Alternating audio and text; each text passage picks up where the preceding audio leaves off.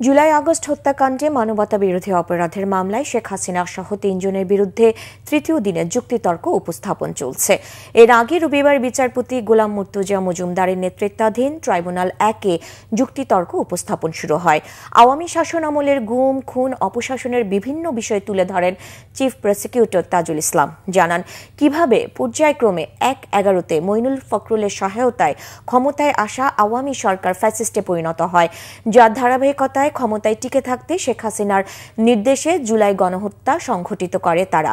এদিকে কুষ্টিয়ায় ৬ জনকে হত্যার ঘটনায় মানবতা বিরোধী অপরাধের মামলায় জাসদ সভাপতি হাসানুল হক ইনুর বিরুদ্ধে অভিযোগ গঠনের পরবর্তী শুনানি ২৩ অক্টোবর নির্ধারণ করেছে আন্তর্জাতিক অপরাধ ট্রাইব্যুনাল ২।